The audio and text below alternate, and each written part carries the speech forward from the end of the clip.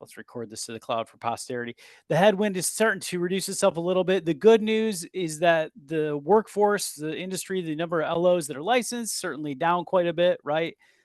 So we got, in theory, a little bit less competition, but the folks that are out there and that remain, they are sharp. They do know what they're doing. And at the end of the day, some of them are employing, AI and all that kind of stuff to try really hard to, out race us to the client. So Like our job Ron. is always to stay relevant and stay visible and not allow the bots to beat us, right, Brad? Well, I'm laughing because as you're saying that, Ron's AI is saying, I'm taking notes. Ron's I AI is taking notes. Like I know that's it's all I'm crazy. saying, like Ron. It's crazy. I know. So this whole concept of the computers taking over and iRobot. Anyways, we're not going to completely take over the world in VMA by creating new AI bots like Ron that just listen to meetings or whatever. But what we do know is that it's important to be good at content, and it is important to know what you're doing.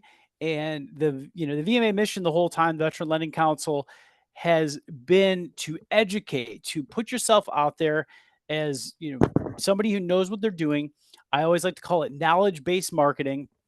And today, we're going to step back a little bit from the realtor momentum that we've been doing over the last couple of weeks. We're going to go back into talking about realtors next week because that's certainly what our upcoming event is about. But today, we're going to kind of finish a topic that we started talking about a couple of weeks ago, which was National Guard reserves, the missing piece, the missing link of a lot of loan officers who say they're great at VA, but they're missing opportunities to help vets that really don't know their benefits, right, Brad? Correct. I mean, rule number one when dealing with veterans is never, ever, ever, ever, ever, ever assume that we know our benefits because the fact of the matter is we freaking don't. Right. Right? Ever. I mean, there's no I'm a disabled veteran myself and I don't know what's available to me. Nobody can answer that question. What is available to me as a disabled veteran? It Uh, depends. here's a website, here's this, here's that. It's like, Yep. oh my gosh. So never assume. And even when the veterans do know their benefits, sometimes they misconstrue them. Perfect example. I was I'm talking to guaranteed alone. Yep, I was talking to an active duty veteran today, that's working with us who he kept telling me he's going to get his funding fee back. And I keep sending him this circular about what to do for active duty. And he keeps telling me that I'm wrong. And I'm like, well, this is in the VA's hands, but unless you have a rating that's in the system that a physical evaluation board, marks, and you close your loan as active duty without a funding fee, you're not going to get that fee back anymore. Like all your friends that that are telling you these stories about when they bought and got their money back, that was 2 or 3 years ago. This changed last year. So I This is the wild, wild west back then. right, and I keep sending him the Things have 2023 changed. circular, and I keep highlighting the sections. He's not believing me anyways, but I'm like, all right, well, either way, you're in contract, you're going to close, and that is what it is. Um, so we're going to start out looking at something that Brad and Darren Quarter brought up a couple weeks ago, and it was yellow ribbon dot military, right, Brad? Dot mill. Dot mil. Okay. Yep. Is my screen share working? Are you seeing that right now? Yep. Okay, cool. So we're on yellow ribbon dot mil, and you guys had started talking about finding events, right?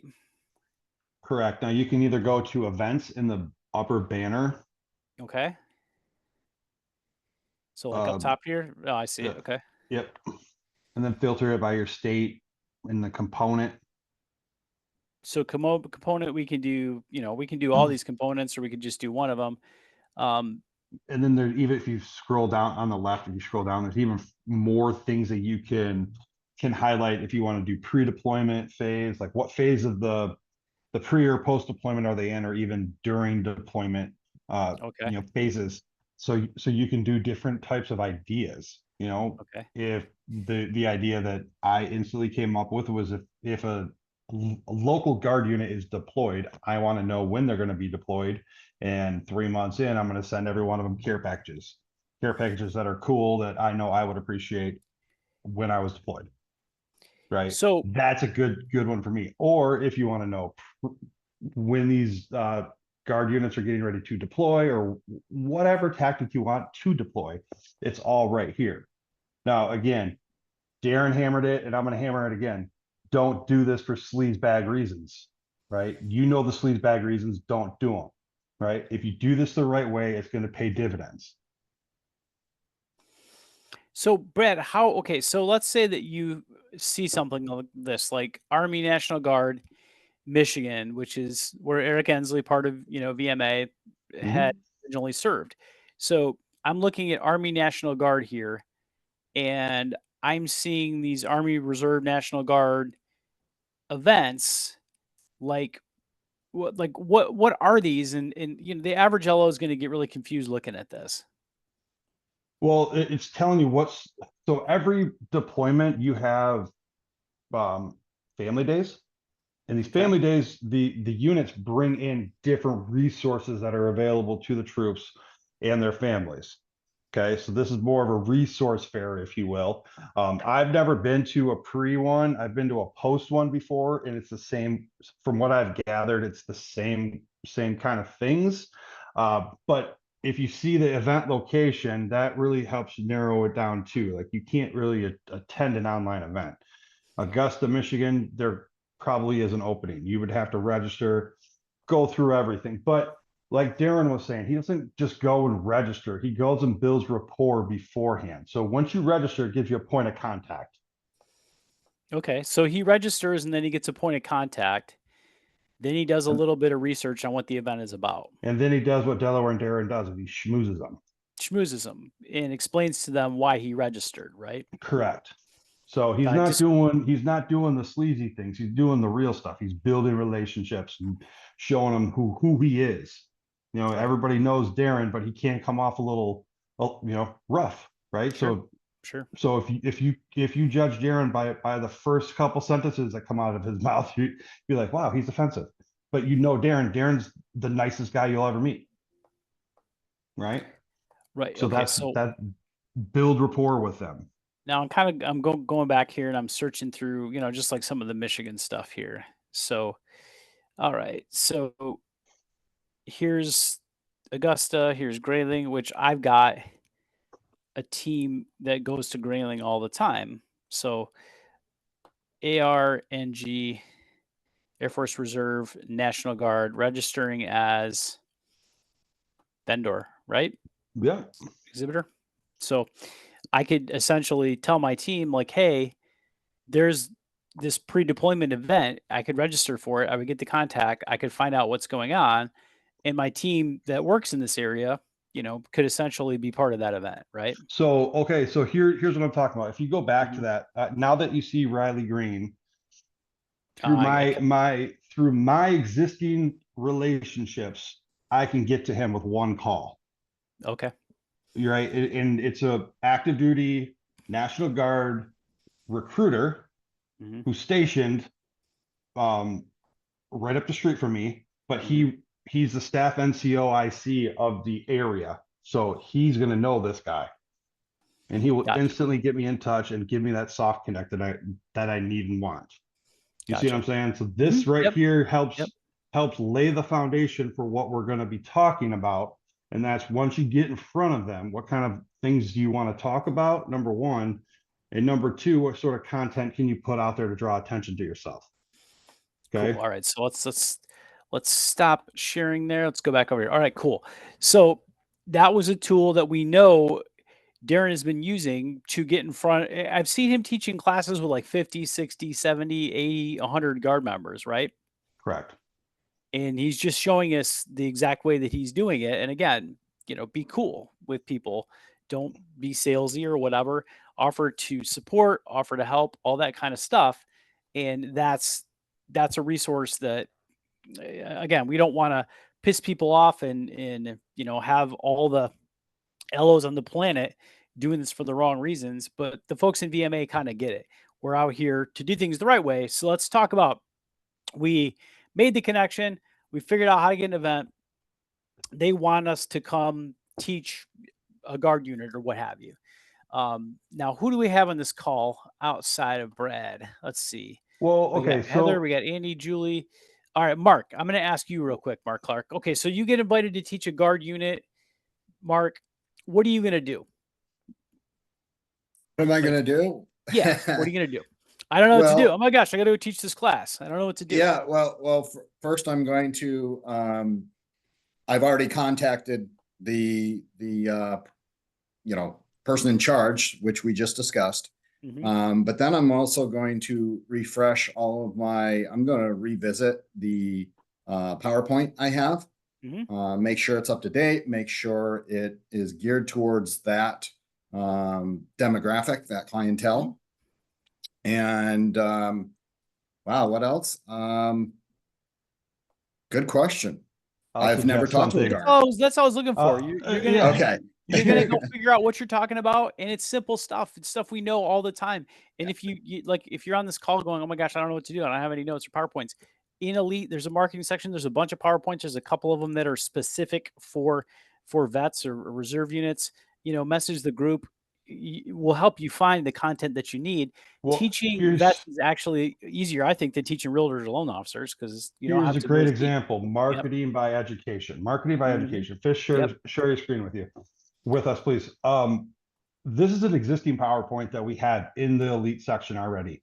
You guys have access to it. Now, if I were building a class tailored towards National Guard members, I would absolutely start with this PowerPoint, because it will give you exactly what you're looking for, the thought process. Like, oh shit, I gotta be talking about NGB 23s, and I gotta be Brad, talking about NGB. You're saying share the one that we're gonna go through with the team right now. Okay, I got you. All right, keep going. Sorry, bud. So you're like, so once you start looking at this, it's also refreshing your memory, so that, because we are going in there saying that we are the VA experts. Come to me. I'm gonna handle all the stuff that comes my way. Well, if you get up in front of people and start talking to them about National Guard service, and you haven't even thought about an NGB 23 in the last 2 months, you're probably going to flub up the difference between the 23 and 22, right? So if you go through this and you're looking at, oh my God, okay, that's right. Okay, if it's a Marine Reserve, I need a CR. If it's this, and you're going through, it's going to start coming up with your flow right then and there. Right? Like, okay, I'm going to talk about this. I'm going to talk about that. I mean, the tools are already there. Are you going to share your screen? I'm trying to get it to do the. I'm having Zoom issues here where it keeps sharing Facebook, but it's not sharing the PowerPoint. Hold on. Share. Man, I might have to give it to you to drive, because I cannot get the right thing to share. Oh, my PowerPoint's not working on this computer. Oh, it's not? Great. No, but I can just share it from here. Go. Allow me to share my screen. Yeah, there you go. I'll just share it from here. Did it work? Screen.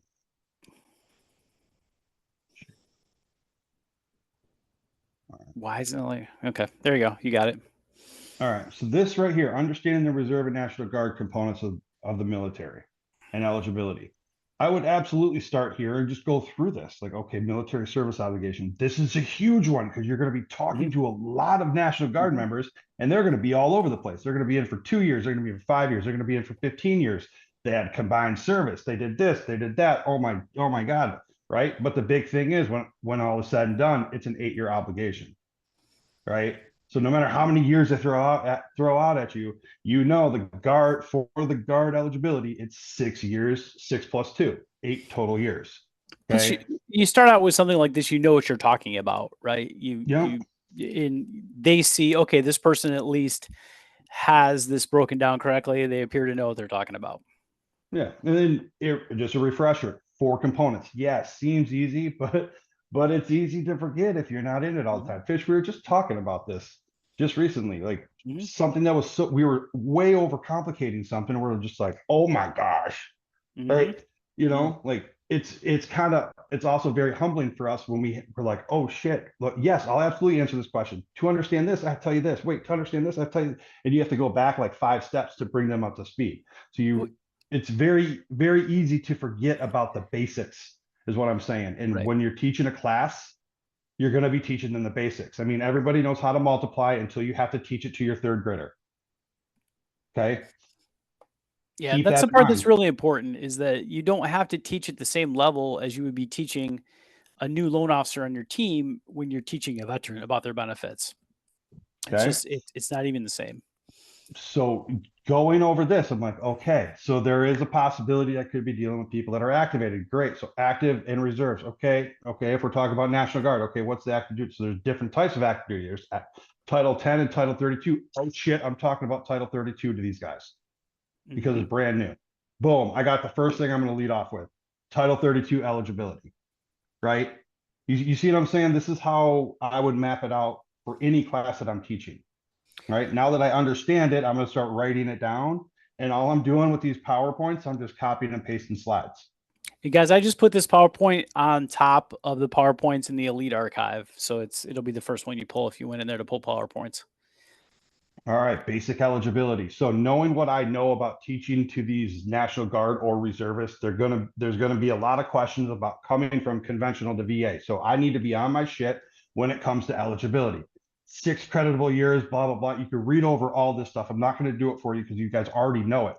But if you read over all this stuff, you're like, Except okay, for I'm going to Chad. start. Chad's new. I'm not sure if he knows it yet. Do you know this, Chad? Are So, you good with this? Hey, I just started watching some videos last night and I actually learned quite a bit, even Good. on top of what I already felt like, yeah, I already know this stuff. Cool. awesome, right? So if you're doing a National Guard class, I am absolutely hammering the updated eligibility rule for National Guard members, right? Mhm. Because again, think of if you're building off the eligibility, 6 credible years. Well, what happens if they're 3 years, but they've been activated on Title 32 for 60 days? Are they eligible? I don't know. We got to add service days. What the fuck are service days? Scroll down, right? You see what I'm saying? Like it's all snowballs on top of each other. So I'm building a class just from an existing class that's already there, just by talking all this stuff through, just as a refresher to me. Make sense? Makes a ton of sense. And then just remember too, guys, when you're doing some of these different reserve units, you do have to be very cognizant and aware of your income rules, chapter 4 stuff, right? So the trick on the guard is that there is no set rule. If you go into chapter 4 section 2, I think it's like L or M, it literally says guard income derived from service and reserves or guards may be included in effective income if the length of the applicant's total activity indicates a strong probability that the guard income will continue. What would strong probability be? Orders, right? Something from the command unit. Otherwise, the income may be used to offset obligations in 10 to 24 months, just like commission income or bonus income that hasn't been received for 2 years. Okay, very similar. So if you've got new guard income, you're not sure about how many activations you're going to use, but you've been receiving for a while, you can demonstrate it's consistent. You may not be able to count it in your DTI yet, but you can offset debts. If it's consistent enough, okay, then that makes sense. You could go in and use that income as a second source, but don't make the mistake of counting new income for for activations or drills that aren't recurring. Just be very, very careful. And again, if you read that whole section, it says over and over, carefully evaluate the impact that reductions will have if they're moving, from their full-time job to a guard activation back to the full-time job. You have to dive into all the different moving pieces. And essentially, if you read that whole section, it tells you over and over again to look at all the details and that there's no set rule from the VA on how to analyze the income. So I just be very careful. I remember a LO who was VMA that came in on one of my teams for a while, and they were trying to convince me that they could count the full guard activation. And I think it was like Amazon based pay because Amazon had committed to paying them while they were in the guard. And I was like, well, that's great. But what happens when that activation is done and they go back to Amazon? They're only going to have the drill weekends. So, even though Amazon is still paying them right now, is that going to continue beyond 6 months or 9 months or whatever this activation is? No. Yes, you're right. They're making full guard pay from an activation and full Amazon pay right now. That's fantastic. That's great. But the continuance part is important in underwriting too. So always be careful in these kind of scenarios. And if you're stuck, go to your team, go to your underwriting desk. If you don't agree with them, come talk to your friends in VMA. Those are the kind of scenarios that you'll see us chatting about all the time because there's lots of moving parts, right, Brad? Absolutely. There's a ton of moving parts. Yep. Now, Does anyone have like an example that they've run into like this that, you want to kind of share a fun little story or income scenario that you run into? I mean, I get forced in the lane to analyze this stuff all the time. I don't love it. It's not my favorite part of my job, but it's important, Yeah, I mean, what I was going to share, I'm going to share my screen again. When Fish was talking, this is what, I mean, just what popped into my head. Share the screen. Right up here, okay, members of the reserve who are not otherwise eligible for loan guarantee benefits, blah, blah, blah. Like knowing this right here between Title 10, Title 32, and what sort of scenarios could warrant eligibility prior to 6 years. Right? Knowing that, I'm going to share a story about a reservist who didn't complete 6 full years, did honorably discharge, but was medically discharged. Right? Pay He's attention, now a Jason homeowner. Wood. This is your content. TikTok King. You got some content coming up here. Like this guy was told no by so many other lenders, and because I just said, well, what? It's not his fault. He was hurt and he was pushed out. Right? Challenging a couple of the eligibility questions, and boom, we have a COE. And this is, in fact, how I met Andy and Stephanie Rose. That specific story is exactly how I met them, because it was very, very tricky. And Stephanie had to step in, and she's like, "These guys don't know what they're talking about. I'll issue it right now." Thank you, ma'am. That's why she is the queen of VA, right? But knowing this and having that story, I'm absolutely sharing that story, right? Be prepared for Title 10 and Title 32 orders. Proactively get ahead of it. Understand, ask the question, was it stateside or did you go out of the country? Easy way to tell if it's Title 32 or Title 10. Okay. Below, I mean, going down further, understanding the documents. Now, yeah, the chances are if you ask a Marine, hey, I need a NAVMAX 7, 9, or 8, he's going to go, what the hell? Nobody's ever heard of it. If you ask him for a career retirement credit report, he's going to go, oh, what the hell? Your CR, bro. Oh yeah, I'll get that to you in a minute. Right? I just got to log into MOL. So you got to understand it. But an Army DA form 5016, they're not going to know what that is. Okay. But it's a point statement. And this is the actual nomenclature of the documents. And also, go ahead. Brad, what I think a lot of LOs, whether they've served or not, and they get into this kind of stuff, it's okay to slow down a little bit. And I'm not going to say like punt with the veteran, but just tell the veteran like, hey, you're going to need to get some point statements. You're going to need to get, and kind of tell them what they're going to need to get. And then just say like, I'm going to email you in a little bit and try to give you a little bit more direction on where you might find this stuff. And, then you can kind of go back and crowdsource your answer, play around on Google a little bit, talk to your friends, all that kind of stuff to figure out, look at these PowerPoints, try to remember what they are. Does that sound about right, buddy? Yeah, absolutely. Yep. And then I'm also going to make sure I'm on top of it. Like what documents are going to be required. Again, you might know how to multiply until you have to teach a 3rd grader, right? Mm-hmm. So go back to that. Refresh yourself. All right, if it's reserve and they're still serving it, but they've never been deployed, I need their point statement and statement of service. If they're still serving and deployed, statement of service or DD 214 from the deployment. If they're, if it's a previous deployment from their current enlistment, so on and so forth. This would be absolutely where I would start to create a class or some sort of presentation to go in there and knock their freaking socks off. Make sense? Anybody have any questions on that? Suggestions, comments, concerns, anything? I got a question for you guys. I'm actually a guard guy, and I've never seen my point statement, so I should probably pull it up. But do you guys have any samples of, the various branches point statements so we have some idea of what we're looking at when we see them? There are some in the archives. I've tried to maintain or delete, be able to use them legally, as many as I possibly can. Have yet to come across a Naval Reserve, I think. Nope, that's a lie. One of the branches I don't have, but I know that there are some in the marketing archive already.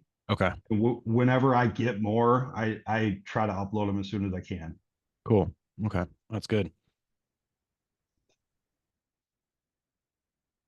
Another thing, I had a tricky situation, and it was years ago, so I'm foggy on the details now, but I had a guard guy who was AGR, so he was full-time guard, and underwriter was really having some difficulty with income calculations and forecasting it forward with orders because they were state issued annually. So they were having a hard time getting through the continuance and stuff. I can't remember now. It's probably 5 years ago how we got through it, but it was super challenging. Do you guys have some experiences like that you've had to battle through? I missed that first part. Can you repeat the first part? Yeah, so I had, and I'm foggy on the details because it's been many years now, but I had a client. We got it closed. He was guard, but he was full-time guard. So he's AGR, right?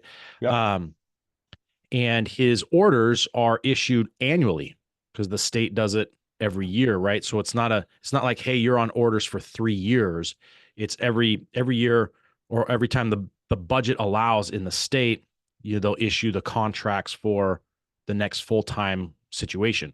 And so for this guy, he had been full-time guard for many years. So, and he was like, I don't know, E9 or something. So, he was going to get it again and again, right? The likelihood to continue is there. Right. But Yeah.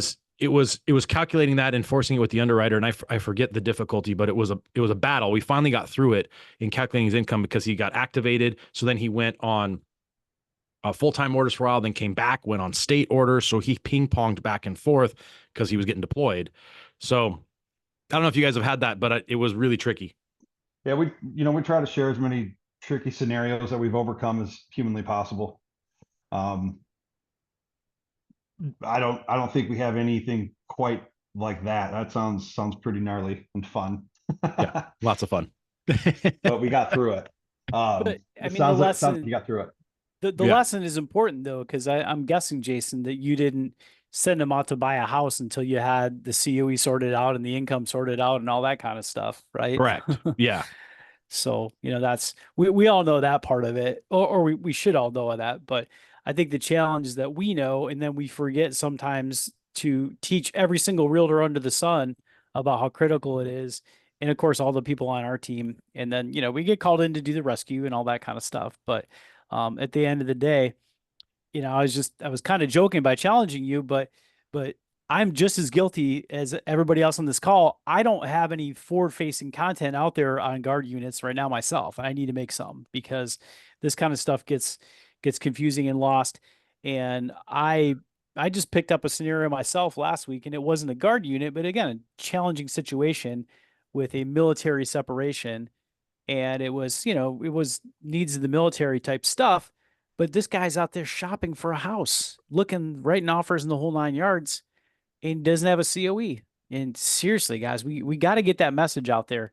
If this vet hadn't have found me, he could have been under contract and, waiting at the closing table, trying to figure out if Chase can figure out how to get a COE. And I promise you they couldn't, because it took me 4 or 5 days to figure it out and get it. But either way, it's important that we get the content out there. And when we had these kind of calls and light clicks, and you go, man, I really need to talk a little bit more about this. I know there's a guard unit close by. I know, I can make some of the stuff. Get out there, talk about the activations, explain what the 10 activation is and the 32 activation, and explain how they might be eligible, explain how, a military member might have been told they're not eligible because they didn't serve enough time. But if they were discharged because it needs a military or an discharge because of disability, they may still be eligible, but they need to talk to somebody that knows what they're doing. I mean, this is the important stuff, is learning what we're doing and then turning it around and putting it out there to the world, not hiding it behind a screen like, on this meeting, Yeah. I mean, once you know your shit, you know your shit. So when somebody comes to you and says, hey, I served as a reservist in the Army, I did 4 years active drill, 4 years IRR. Am I eligible? No, they're not, sadly. They had to have served 6 creditable years, so they only served 4, right? I've tried to fight that fight because I'm like, this is not right. The options was 4 and 4 and 3 and 5. So he got screwed because of the only options available. So he's not eligible. That sucks. But having that hard conversation with him up front saved him from a lifetime worth of VU hell. Exactly. Good stuff. Anybody got any final thoughts? Anything? I do. can't believe. Okay, well, who's that? Tracy. What up, Big Sky? The floor is yours. Okay, I'm just kind of curious. Has anybody here been to the Yellow Ribbon event as a vendor? I mean, I know Darren has, and maybe not even as a vendor. I'm just trying to get in the mindset of who would be there, either post or pre. What kind of value, if we're sitting at a table, like, you know, what are we bringing to the table essentially that's going to make someone want to actually come over and learn? We're not going to be teaching them, but Are you asking what we bring to the table? yeah, essentially. I just trying to understand their mindset. Like, I don't want to go there with a bunch of, you know, loan stuff. We're not honestly, like, yeah. I never bring any loan stuff. I always give something. I give some sort of distractor, you know, like a fidget spinner or something, right? Because nobody gives a shit about the loan stuff. They give a shit about you, and you're there to sell you, right? Because I mean, at the end of the day, everybody provides VA loans. What sets you apart from everybody else? The fact that you're here, right? And I'm not here to sell you. I'm here to give you a thing to distract you while I'm talking to you, right? And then I'm talking to you later. You know, but the expectation that's me there, personally. You know? Yeah, that's it. I'm just trying to see what, you know, like how we be good about, you know, being there, how we can be helpful, all the things. But just being there and giving a shit. I don't even bring business cards. I just bring a QR code. Hey, scan the QR code if you want to contact me. I make it a very non-pressury thing, and everything becomes organic. You know, but if you go there with all the loan stuff, you go there in a 3-piece suit. I'm not saying you. If you go there all dressed up to the nines, nobody's gonna talk to you. You know what I'm saying? Eric and I had done events where, you know, we'll just have like a small giveaway, like, hey, here's this Amazon charcuterie board that we got or whatever. And then we'll just have a little, you know, little question thing like, hey, would you like to hear more about VA benefits? Would you like to get email info? Would you like to sign up for, you know, for updates about the program? Or have you ever had any specific questions about how your benefit works? Really simple questions, not like, are you looking to refinance your house tomorrow? Are you looking to buy and sell and talk to a realtor? Like, we don't put those kind of questions on there, but we just put really simple stuff. Hey, just give me your name and email. I'll try in case you win. And there's, you know, a questioner here on there just in case you want to learn more about how your benefit work. We're just here to help you learn about your benefits. And you'll see that some of the people will check the boxes and fill it out and all that kind of stuff. I mean, I actually met a guy last week who had filled out one of those cards at an event that Eric and I did about 4 or 5 years ago for coffee. And it just started with me telling him about his VA benefit because he'd never, ever used it. He'd always gone conventional. And I had one call with him. I did one refi for him within 2 years. And then he called me back again to do a purchase. So, but it was, I mean, you know, I went just to a real light. You want to ask him at least a tiny bit about the benefit to get him talking, but that's all. So I attended a Marine benefit one time and I brought socks, water, and aspirin. That's what you're told every time that there's a problem in the military is change your socks, drink water, here's some Motrin or Tylenol or whatever. So I was giving those out and everybody thought that was the greatest thing ever. Like, isn't that what you give your wife for Christmas every year? My daughters. My dad always talks about the socks. So yeah, okay, that's it. I mean, I'm not a salesy person for sure, but I just kind of wanted to understand, like, they're expecting vendors to be there, obviously, that have different services for veterans, but okay. But I also know that I approach my business in a totally different way. So which is great. Yeah. Well, thanks. You're welcome. Anybody else got anything? Anybody else want to talk about the NAR settlement piece? No. How are we approaching that? What are we doing about it? You had to go there, didn't you? We're so close to the end. Well, we're close to the August 10th date, you know. You're really opening a can of worms when we're so close to no, I mean the can of worms is can of worms is finding an agent that's going to negotiate for you, right? We could talk about that next call as we approach the August 10th. Let's do that. date. Let's try to find a couple really heavy negotiating agents. Maybe Andy, you can help us a little bit.